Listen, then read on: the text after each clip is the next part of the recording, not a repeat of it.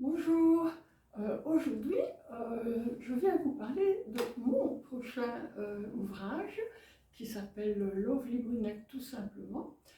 C'est un ouvrage sur ma maman.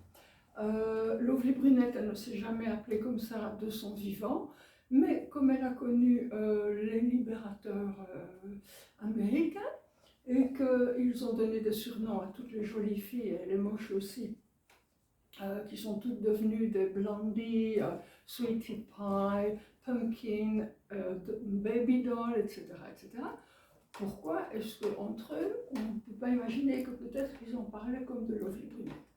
Voilà, ma maman n'était pas une célébrité, donc elle a droit à sa vie privée, c'est pourquoi ce n'est pas une biographie.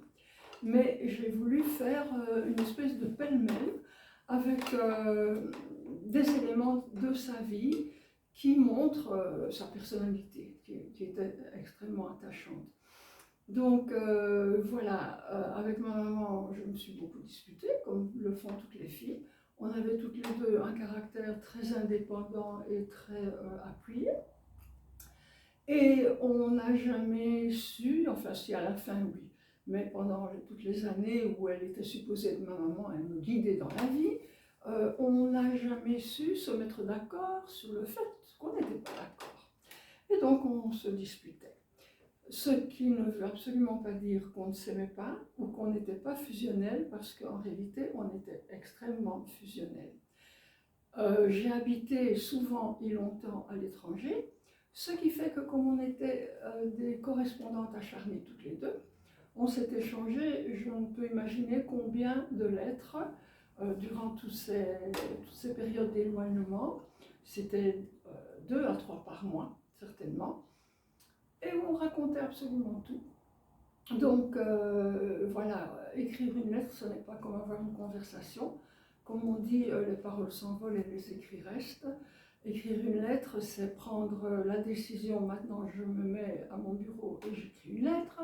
On prend son papier, on prend son stylo avec une encre qui glisse bien et on met en mots écrits tout ce qui s'est passé. Donc on organise bien, on prend soin à ce qu'on raconte.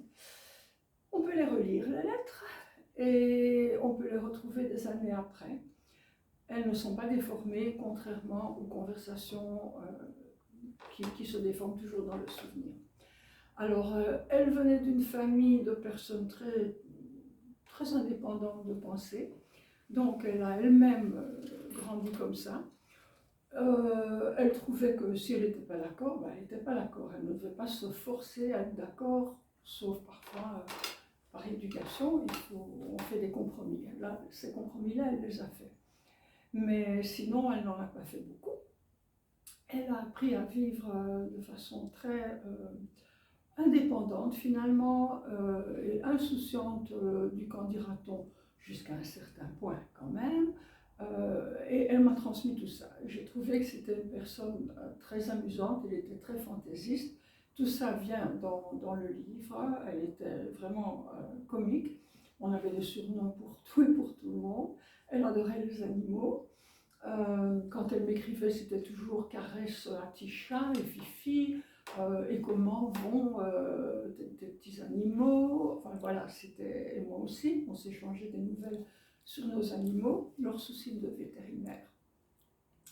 Et elle est partie d'une enfance assez amusante à une vie qui a été quand même difficile, mais elle savait reprendre le dessus, tout en ayant beaucoup de tristesse à l'intérieur d'elle-même. Mais elle, voilà, avec moi, elle ne l'a jamais fait peser.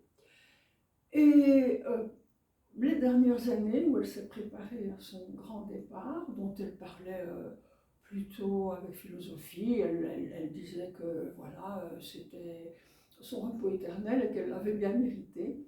Elle a organisé tout ça avec énormément de dignité et d'élégance, je dois dire. Alors voilà, ce sera donc mon prochain roman, prêt à sortir, Lovely Brunette, tout simplement sur ma maman. Merci.